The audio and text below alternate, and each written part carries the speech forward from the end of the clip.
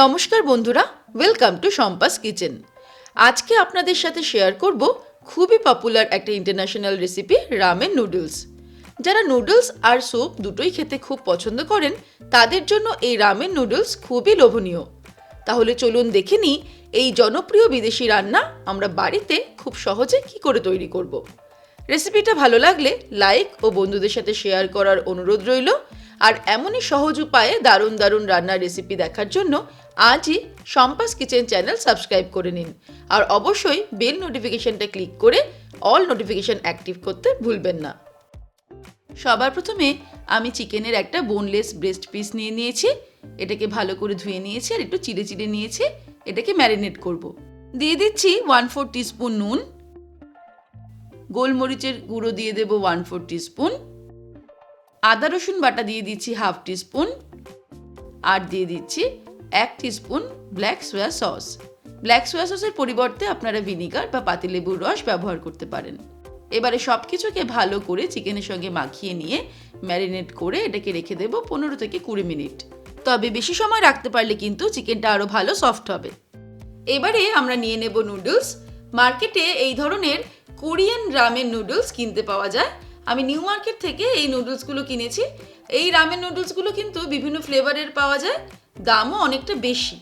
এগুলো প্রায় 120-30 টাকায় পাওয়া যায়। আপনারা এই রামেন নুডলস অনলাইনেও পেয়ে যাবেন। তবে যেহেতু এই রামেন নুডলস সব জায়গায় পাওয়া যায় না, তাই আমরা লোকাল মার্কেটে বা দোকানে যে সমস্ত নুডলসগুলো পাওয়া যায় সেগুলো আমরা ব্যবহার করে এই রেসিপিটা ট্রাই করতে পারি। আমি 24 টাকা দামের একটা ম্যাগি নুডলসের প্যাকেট নিয়ে নিয়েছি। এবার এটাকে সিদ্ধ করে নেব। প্যানের মধ্যে বেশ কিছুটা পরিমাণে জল আমি গরম করে নিয়েছি। জলটা যেই ফুটতে শুরু করবে তার মধ্যে দিয়ে দিচ্ছি ম্যাগি। আর যেরকম ম্যাগিটা 2 মিনিট সিদ্ধ করতে হয় সেরকম 2 মিনিট সিদ্ধ করে নেব।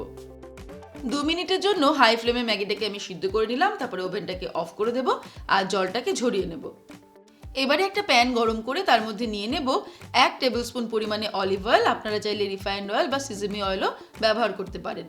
তেল গরম হয়ে গেলে তার মধ্যে দিয়ে দিচ্ছি কয়েক টুকরো মাশরুম। আমি 2 টুকরো করে মাশরুমগুলোকে কেটে নিয়েছি।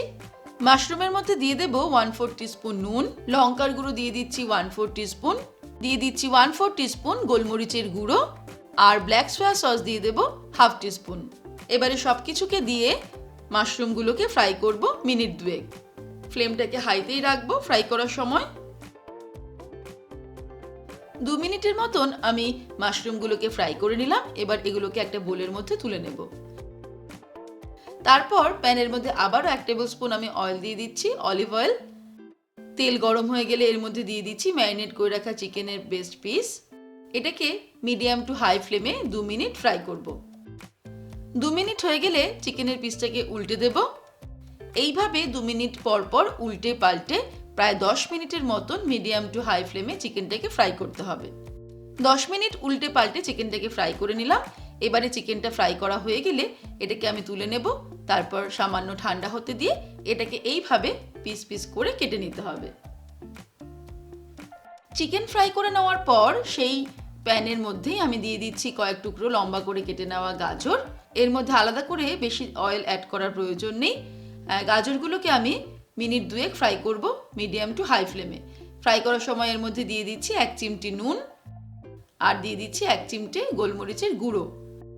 আপনারা চাইলে আরও কিছু সবজি এর মধ্যে অ্যাড করতে পারেন, যেমন ব্রকোলি অথবা বিনস অথবা ক্যাপসিকাম। তবে কোনোটাই 2 মিনিটের বেশি ফ্রাই করব না, কারণ ভেজিটেবলসগুলো যাতে ক্রাঞ্চি থাকে সেদিকে খেয়াল রাখতে হবে। গাজরগুলো 2 মিনিট ফ্রাই করা হয়ে গেলে এগুলোকে তুলে নেব। এবারে প্যানের মধ্যে নিয়ে নিচ্ছি 1 টিস্পুন পরিমাণে অলিভ অয়েল। তার মধ্যে একটা ডিম ফাটিয়ে দেব।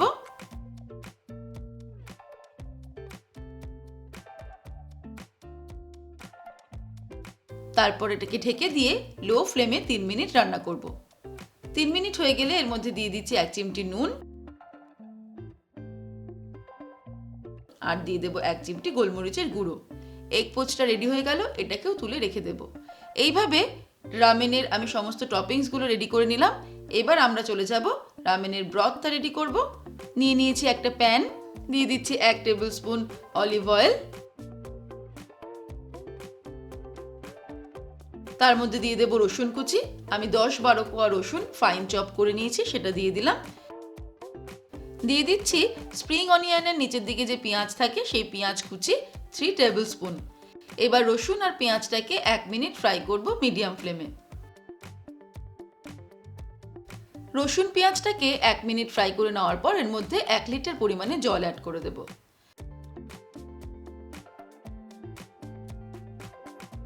তার মধ্যে আমি দিয়ে দেব চিকেন স্টকের কিউব। এগুলো বাজারে কিনতে পাওয়া যায় বিভিন্ন ব্র্যান্ডের। আমি এখানে একটা কিউব এর মধ্যে এভাবে ভেঙে দিয়ে দেব। আপনারা চাইলে বাড়িতে তৈরি করা চিকেন স্টকও ব্যবহার করতে পারেন 1 লিটার পরিমাণে। যাদের কাছে এই চিকেন স্টকের কিউব থাকবে না, তারা বাড়িতে কি করে চিকেন স্টকটা তৈরি করবেন সেই রেসিপির লিংক আমি ডেসক্রিপশনে দিয়ে দেব, আপনারা চাইলে দেখে নেবেন। এবারে এর মধ্যে দিয়ে দেব 2 টেবিল স্পুন পরিমাণে গোচুজাং সস। এই গোচুজাং সস হলো কোরিয়ান চিলি পেস্ট। এই গোচুজাং সস যদি হাতের কাছে না পাওয়া যায় তাহলে সেক্ষেত্রে এই স্টকের মধ্যে 1 টিস্পুন পরিমাণে red chili powder, 1 teaspoon chili flakes, স্বাদ অনুসারে নুন, চিনি অ্যাড করতে হবে। তবে অনলাইনে এই গোচুজাং সস কিন্তু খুব সহজেই কিনতে পাওয়া যায়। সব কিছুকে ভালো করে মিক্স করে নিচ্ছি।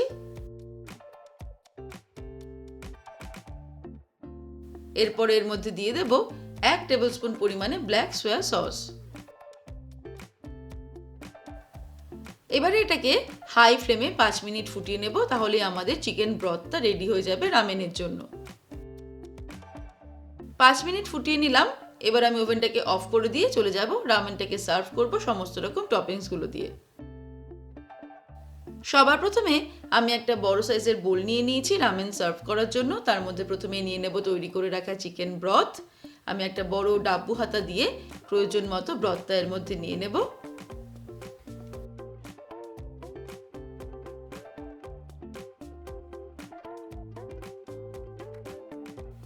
বোলের মধ্যে চিকেন ব্রথ নিয়ে নিলাম প্রয়োজন মতো।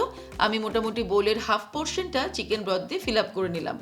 এর মধ্যে দিয়ে দেব সিদ্ধ করে রাখা নুডলস কিছুটা পরিমাণে, তারপর ওটাকে একটু স্প্রেড করে দেব। তারপর এর মধ্যে আমি দিয়ে নিচ্ছি এগ পোচ রেডি করে রাখা, যেটা আমি আগেই রেডি করে রেখেছি।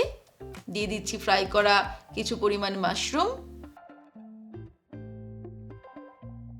দিয়ে দিচ্ছি ফ্রাই করে রাখা গাজরের টুকরোগুলো। একটা ডিম আমি সিদ্ধ করে রেখেছিলাম, সেটাকে দুভাগ করে দিয়ে দিলাম। স্লাইস করে কেটে রাখা চিকেনের কয়েকটা পিসও দিয়ে দিলাম। আর দিয়ে দিচ্ছি 1 মুঠো স্প্রিং অনিয়ন কুচানো।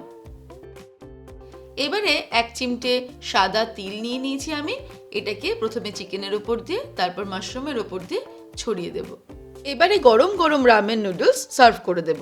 ব্যাস তৈরি হয়ে গেল খুব সহজে দারুণ টেস্টি রামেন নুডলস। যারা বাড়িতে কখনো রামেন নুডলস ট্রাই করেননি তারা একবার ট্রাই করে দেখতে পারেন। আশা করি সকলের খুব ভালো লাগবে। তাহলে দর্শক বন্ধুরা, আজকের এই রেসিপি আপনাদের কেমন লাগলো আমাকে ভিডিওর নিচে কমেন্ট সেকশনে কমেন্ট করে জানাবেন। ভালো লাগলে লাইক করার অনুরোধ রইল, আর বন্ধুদের সঙ্গে কিন্তু অবশ্যই শেয়ার করুন। ভালো থাকবেন, সুস্থ থাকবেন। আমি আবার হাজির হব নতুন নতুন রেসিপির সঙ্গে। নমস্কার।